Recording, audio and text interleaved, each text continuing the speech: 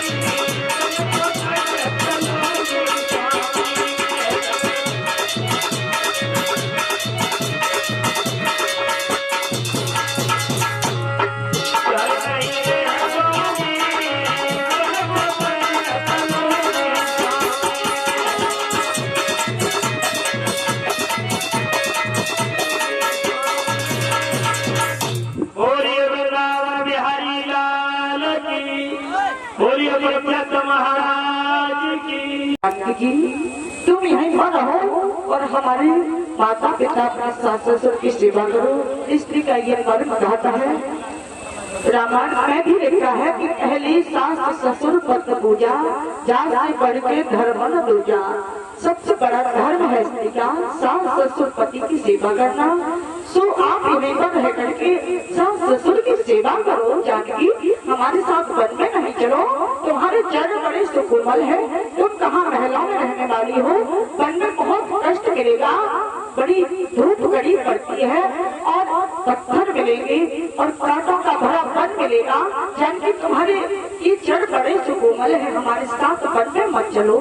जानकी कहने लगी, स्वामी यदि आप वन नहीं लेकर के चलेंगे तो ये जानकी तुम्हें जीवित नहीं मिलेगी। स्वामी अगर वन जाना ही चाहते हो तो मुझे भी साथ लेकर के ही चलो। उसी समय राम कहने लगे, ठीक है, यदि तुम नहीं मानती हो तो पहले सास ससुर से अपने सास ससुर से आज्ञा लो, उसके बाद ही चलो जानकी।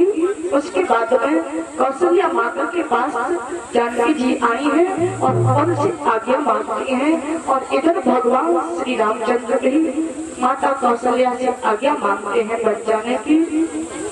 जैसे ही बन जाने की बात कौशल्या माता ने सुनी, वैसे ही माता कौशल्या बहुत दुखी हो गई और कहने लगी, राम तेरा तो कल सुबह होते ही राज तिलक होने वाला था, भला इतनी जल्दी तुझे वनवास किसने दे दिया है। राम कहने लगे, मैया ये सब बात पूछने की आवश्यकता नहीं है, तो मुझे वन में जाने की अनुमति प्रदान करो। उसी समय माता कौशल्या से आज्ञा लेकर के जब चले तभी लक्ष्मण भी आ गए। लक्ष्मण को जब पता चला है कि राम भैया बन जा रहे हैं तो उसी समय राम के पास पहुंच करके लक्ष्मण कहने लगे, भैया मैं भी तुम्हारे साथ वन में चलूंगा, तुम्हारे बगैर मैं भी नहीं रह सकता हूँ। राम कहने लगे, लक्ष्मण तुम यहीं पर हो, तुम्हें वन माता कैकेयी ने नहीं दिया है, वनवास सिर्फ मुझे 14 वर्ष का मिला है, तो मैं अकेला ही बन जाऊंगा। लक्ष्मण कहने लगे, भैया मैं तुम्हारे चरणों की सेवा के बगैर मैं नहीं रह पाऊंगा। अगर मुझे छोड़ के चले जाओगे भैया तो हमारे प्राण तुम्हारे साथ चलेंगे, भैया मुझे छोड़ के मत जाओ। राम कहने लगे, अगर तू भी नहीं रहना चाहता है तो तू भी अपनी मैया से आज्ञा ग्रहण कर, तब वन के लिए चल। उसी समय सुमित्रा मैया से पहुंच करके लक्ष्मण ने भी आज्ञा ग्रहण किए हैं और इधर कैकेयी ने वो तपस्वियों जैसे वस्त्र ला करके राम लक्ष्मण को भेंट किए और जानकी को भी वनवासी वस्त्र जब कैकेयी भेंट करने लगी तो वशिष्ठ जी कहने लगे, ए कैकेयी क्या करती है, तू तो बड़ी ही गलत होती जा रही है। अरे कैकेयी को 14 वर्ष का वनवास तो नहीं दिया है तूने।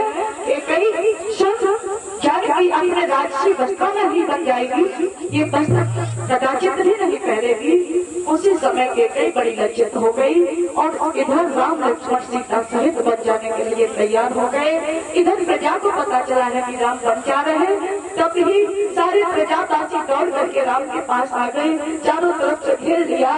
सब प्रजावासी रोने लगे हैं, कहने लगे, राम मुझे छोड़ करके कहाँ जा रहे हो, यदि तुम बन जाओगे तो ये प्रजा भी तुम्हारे साथ वन में जाएगी। राम मुझे भी अपने साथ वन में लेकर के चलो। तो राम कहने लगे, प्रजावासियों आप यहीं पर रहो, आपको वनवास माता ने नहीं दिया है और शीघ्र ही मैं वन के लिए प्रस्थान करूंगा। इधर जो है राजा दशरथ होश में आते हैं, सुमंत को आज्ञा देते हैं, सुमंत एक रथ तैयार करो, उस रथ में राम लक्ष्मण श्री जानकी मेरी बहू को बैठा करके वन में ले जाओ और मेरी बहू को समझा बुझा करके वापस लौटा लाना। सुमंत उसी समय सुमंत ने रथ पर राम लक्ष्मण श्री जानकी जी को बैठा लिया है, वन में जाने लगे हैं। किस तरह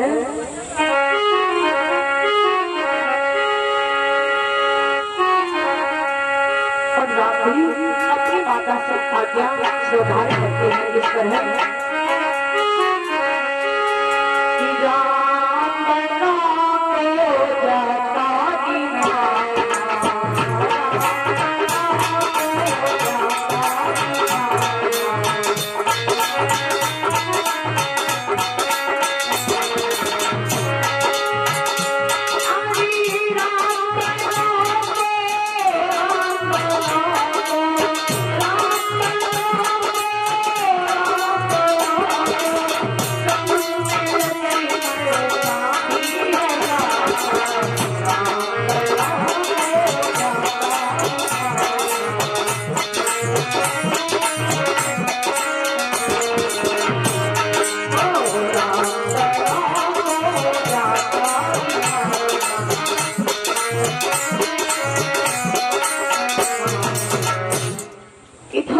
लंकावासी सभी को रोकते हुए छोड़ करके भगवान श्री रामचंद्र सुमंत के रथ पर बैठ करके वन के लिए चले जाते हैं। इस तरह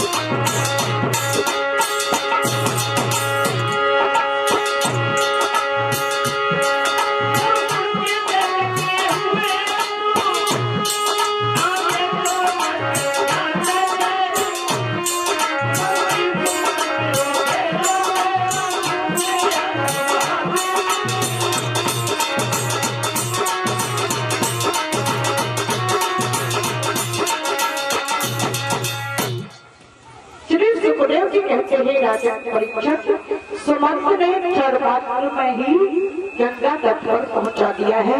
निशांत राजा से मिलते हैं और उसके बाद में भगवान श्री राम ने सुमंत को समझा बुझा करके वापस लौटा दिया और जब सुमंत वापस लौटे हैं